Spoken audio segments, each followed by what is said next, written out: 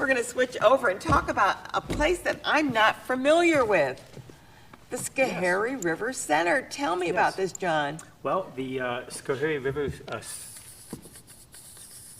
Center was formed in 1999. We're a environmental education and cultural arts organization. We work with youth to get them involved in learning about their local ecology, and we do that by getting them involved in actually doing research with us. So they actually get hands-on. They go out into streams and rivers with us. They learn how to conduct water quality monitoring research. They learn how to do the same tests that New York State DEC does. We follow EPA protocols. So you're an educational center. We're an educational program. The idea is... And you're located? We're located in Burtonsville, New York, which is on the Schoharie Creek. It's right at the nexus of Schenectady County, Schoharie County, and Montgomery County. It's a 20-minute drive from Schenectady, so it's very close, and it's a beautiful area. So we have... And do you have a facility there, a building and everything? We have a facility. We have... I've got to get out there and check it out. You should come check us out. We have a 20-acre nature preserve with trails that'll take you right down on to the Schoharie Creek. We have a environmental education center there also with a full laboratory. With a full laboratory. We have microscopes. So do you do like, what kind of testing do you do? I mean, are you looking for algae? Are you looking for bacteria? What are you looking for? We get the students involved in learning how to do water chemistry testing. They also collect macro invertebrates, which are the bugs that live in the water also, because they tell us about water quality also.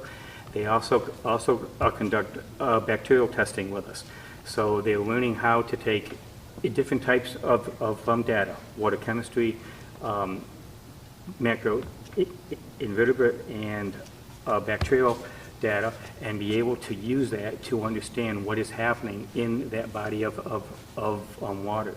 Now, you're on the Schoharie River. We're on the Schoharie, and we use the Schoharie Creek as our... Well, I mean, it says Schoharie River. Is it a Schoharie Creek or a river? That's a good question. It is? Because I don't know. Words are important, and up until about the 1920s, it was the Schoharie was referred to as the creek. Schoharie River. River, okay. And shortly after the Gilboa Dam was built, in order to divert water to New York, somehow that name kind of changed. And it became... Because I've heard it both ways, so I'm not, creek. And it really is not a creek. There is no real definition of what constitutes a river. I think a creek is like this and a river's like a creek, you think you can walk across or you can jump across. A river, you have to swim across. And on the Schoharie, you have to swim across it. So that we already have the definition. We have the definition. Now, what kind of fish, now, because you got a fishing event coming up. Yes, we do. June 12th, we're going to be doing a open house at our facility, and we're also going to be having crafts people come in who are connected to the tradition and arts of casting and fly fishing? Yeah. Fly fishing. So we're going to be having folks can come and bring their fishing pole, but they're also going to be learning about how to make bamboo fly rods. Oh, really? We have an excellent teacher, Doug Moody, who is I can't imagine making my own. I mean, I've had a fishing rod, and I can't imagine putting that, the spinner on and everything else. He does beautiful, beautiful work, and they're expensive when they're done. I would imagine. We're also going to be doing... Are you doing fly fishing? Are you going to teach how to make flies? Because I've made flies, and they're tough to make. We're going to also be... We have a artist who weaves out of ash creels, the little baskets that are the. Oh, yeah, to put baskets that you put your wear fish in and stuff, You yeah. can put your catch in. Yeah. And then we're also having a taxidermist come, and he's going to be showing his art of. Oh, they how don't you stuff stuff a fish, do they? Oh, right. sure. Those are the ones where you have the marlin up over your fish. Exactly, or the prize trout or walleye. And then we have a gentleman who makes hand-carved lures, that he carves the lures, and then he paints So them. you're talking about the lures that you The do? lures Yeah, are yeah, they're the- wooden, they look like a little fish And or they something hook or them, other, right. yeah. And then what we Are also. those the bobbers? No, the bobbers No. are different. The bobbers are what float on top. They're actually and when they bobs, yeah. Go down, then you got. So you know that the fish is Right. there, got the lure. Right, and so that's going to be a lot of fun. We also will be having demonstrations of the kind of research that we do. We'll have youth there who will be demonstrating their skills. And it's going to be a lot of fun, and I just. Well, hope I the mean, folks if you come. like fishing, it seems to me this would be a great place to go Mm-hmm. to learn a little bit more. I mean, like, I wouldn't even have a clue on how to build a fishing rod, and yet, you know, I mean, I've seen them, you got to put the eyes in and you got to run the thing. I mean, it's like, who does that? It's an art, and for folks who are really to fly fishing, it is something that, these kinds of rods are highly sought after. Yeah, for- yeah. I've done for- fly fishing, and it's like, you got to get that rhythm going to get that It's a- thing to go out there and just spin it out there, yeah. It's an exciting, I like fly fishing, except that you got to be in the water a lot of times when you're, you know, Well, that's with okay, waders too. and Right, stuff. That's right, yeah. So we're that's June 12th, and then we're also doing other programming too. So during July and August, we'll be doing youth programming. We have a week-long archaeology program happening in Middleburg. We have a site that we'll be excavating there. That's a program that we've been doing for many years at different locations. The thing about our programs is that we work with youth, but we will, in addition to having them come to us, we also go. Oh, you have an to outreach them. program. So we are doing water quality monitoring with youth in Schenectady. We have Oh, really? Urban environmental science program here. We have about 30 youth from Schenectady who are involved with us here. They come out, they see what the streams look like out by us, and then we come in and we help them to monitor the Mohawk River here, the Vale Park streams, the Hans Groot's Kill, the All-Paws Kill, Woodlawn Preserve. Yeah. Because we feel that it's important that youth and that adults get involved in really looking at what are the conditions in their own local communities. Yeah. Our students learn how to do scientifically valid research, and that helps them with looking at potential career paths. And, you know, that's what I was just going to say. It So- may tickle them into doing something It that they does. hadn't thought about. I live on the Leishikill Creek, Oh. and I have beavers. I have a beaver dam right out my window. I can see the beaver dam. So I appreciate the creeks, and they used to come years ago, and they don't do it now, but they used to come and put trout in, you know, the stock it. fingerlings, yeah. And that was always exciting to see them come in and dump them all in the creek.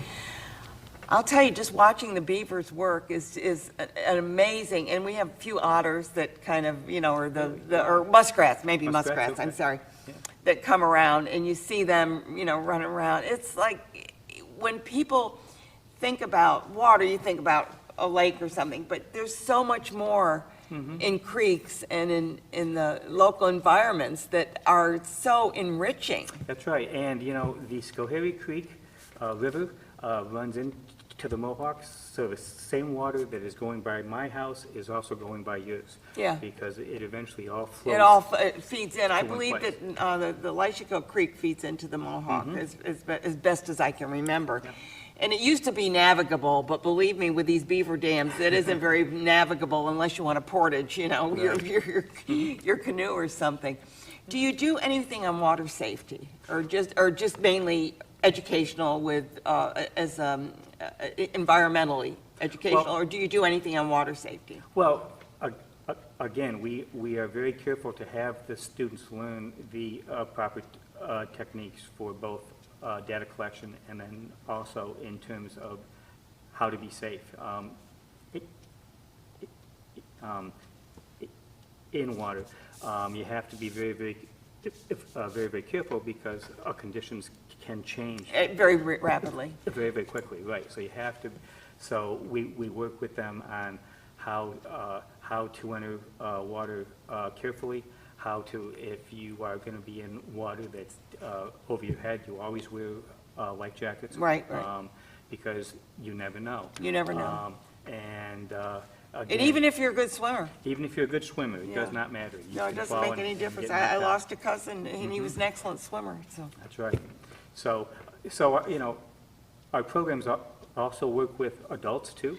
And in addition to doing the ecology programming, we also focus on different traditional arts programming. All of our programs are experiential, hands-on based. So what does that mean? We have a timber frame building program where we're teaching adults and youth how to go out and to make traditional timber frame buildings. Now, a timber frame building is built with no nails. You are actually cutting and carving mortise. Oh, and yeah, where tenon they and fit wooden into each pegs. other, okay. And so, and it's an art, it's a building tradition that is rather lost now, but out where we live, most of the buildings were built in that way.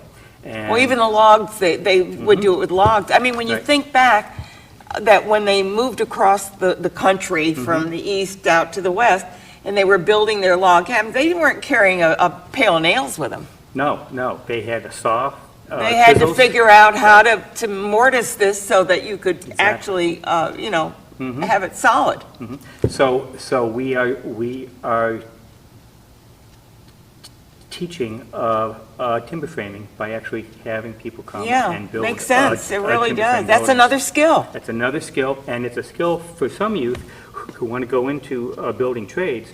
Right now, there's a big demand for high-end buildings, high-end homes, and folks want to see the exposed timbers and the wooden pegs in them.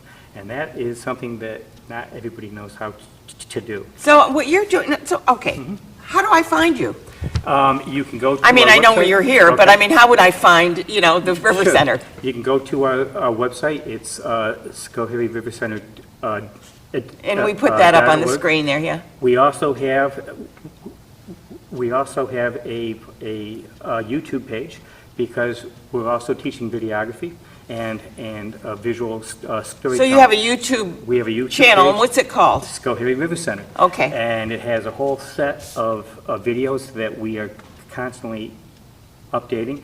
These are videos that are being done mostly by our youth with So they're our learning that. instructors. They're learning skills on how do you do And tell digital me media. how they're learning to make maple syrup. We also do. I mean, maple I was syrup making. astonished when I heard you had maple syrup. The students work with us, they go out and tap trees with us in usually March, April. They learn how to gather sap. We have a evaporator in a sugar house that we built using a timber frame building workshop. What an and they amazing learn the place you process. have. So it's a lot of fun. We also do black smithing, and we have a full black smith shop A there. smithy, yeah. And we're teaching that. We have two really. Oh, I've got to get out and very see your talented place. I really blacksmiths. do, because this sounds so, and how do they get there? They go out, what, through 88 or what? You can go down 88 to Duanesburg Okay. and then down 20. You can also go the back way. Okay. Over through Rotterdam and back Yeah, over, okay. Up Mariahville Lake. I mean, there is a lot of ways. You should Google it. No, I know, I Yeah. am. I'm going to check it Yeah. out because I really would like to see what you're doing because it sounds like a fabulous educational center that you've done. It's amazing. But just quickly, when the bridge went out, wasn't that the Schoharie River? That was the Schoharie River. That was That back- was years ago. That was a long time ago, but that was right where the Schoharie meets the Mohawk River. Oh, right okay, so before there was a conjunction there. But again, it was, the Schoharie has a very dynamic kind of life, and that's what's nice about it. I just is that- happened to think about that, Right. whether that was that connection. Right. Well, we want to really encourage people, if you've never, and I had never heard of the Schoharie, and thanks, Ellen, for telling me about it, the Schoharie River Center, and I do want to check you out. Now, when are you open? Are you open every day, or just partially, or what days? We're open weekends. We are open for hiking every day. If you want to come hike or just get away. But we're also open weekends. We also have a variety of other programs happening, so it's important to probably So just check go to your our website and you'll find because out. You'll see the whole list. I want to thank you so much, John Thank you. McKeeby, for Sure. being here. It's you. been a delight to learn a little bit more about the Schoharie River Center, and you've just opened up my world.